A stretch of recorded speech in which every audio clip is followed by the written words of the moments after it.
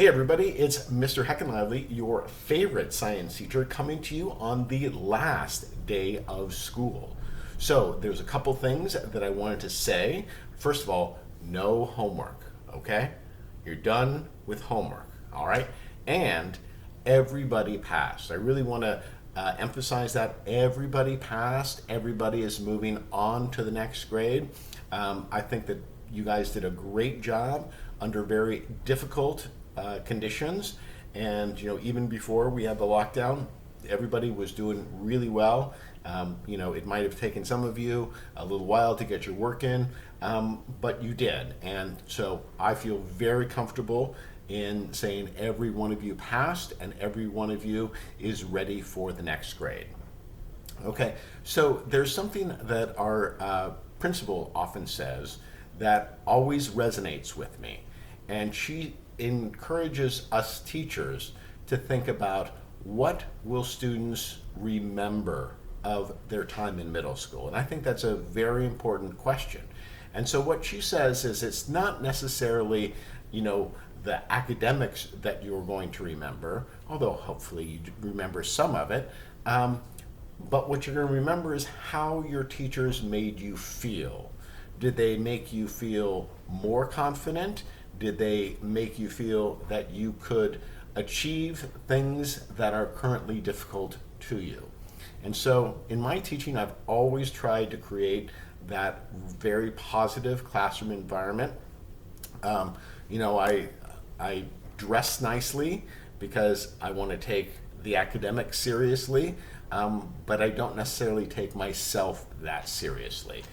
So that's why I tell bad jokes. That's why I really like my classes to have a lot of laughter, because I actually think that when your brain is in that relaxed state and you're not stressed, it's so much easier to learn new information and to have that positive feeling. One of the things you should probably know is that when I was a kid, I was very much a perfectionist. So if I did something wrong and somebody told me I did something wrong, I would really have a very bad reaction. I would just, I would get all stiff, I might shake. So for those of you who, put yourselves under a lot of pressure, I've been there and I've acted like that. And as I've gotten older, I just don't put myself under that kind of pressure because I think that gets in the way of the learning. So, I'm okay making a lot of mistakes along the way, but I just keep going. Okay, so I really want to encourage you to sort of adopt that way of thinking. It's wonderful to be smart.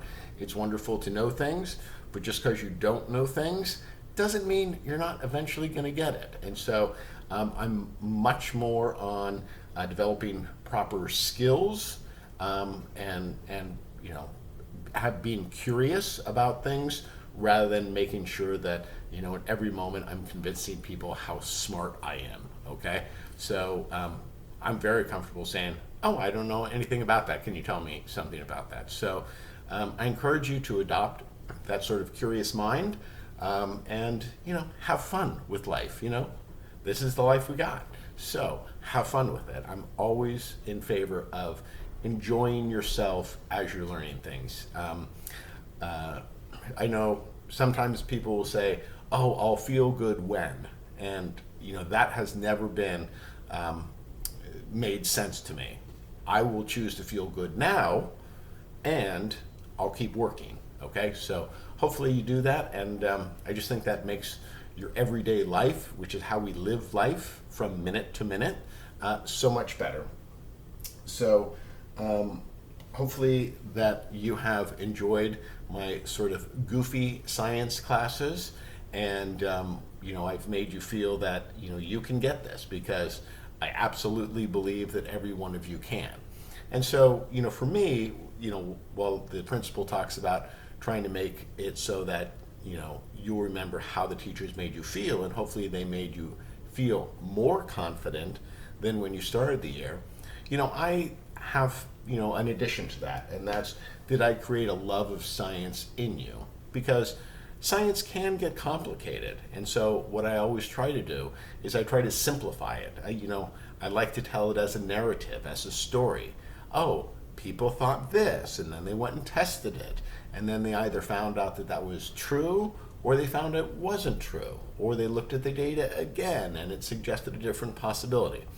So I really hope that that I have been good for you, that you have enjoyed being in my classes. I hope that I've set a good example for you as an adult, because you're getting older, you're moving into the adult world, and hopefully you are developing sort of the skills and the character and the habits for you to be successful. So I think the habits of being successful are being open-minded, being comfortable with not knowing things, but wanting to learn them. So for me personally, I have loved teaching every single day, because I see all of your faces and you so want to learn, you so want to be good, and then that is something that is often rare as you get older. And so I love the energy and enthusiasm of the students that I teach, because it just, to me, is part of the best parts of humanity. And so I really want to encourage you to keep that energy and enthusiasm as you go through life, because it's something that the world desperately needs. So it has been my honor and privilege to be your teacher. I hope that in the years to come, when you see me around school, you'll say hello, because I always love seeing my students, and I do live out in the world as you do. So 5-10 years from now, you might run into me, and I hope you'll say hello, and I hope you'll tell me that you enjoyed my classes, and that I made you feel good, and that I kindled your love of science. So again, it has been my honor to be your teacher, and I hope you have a great summer.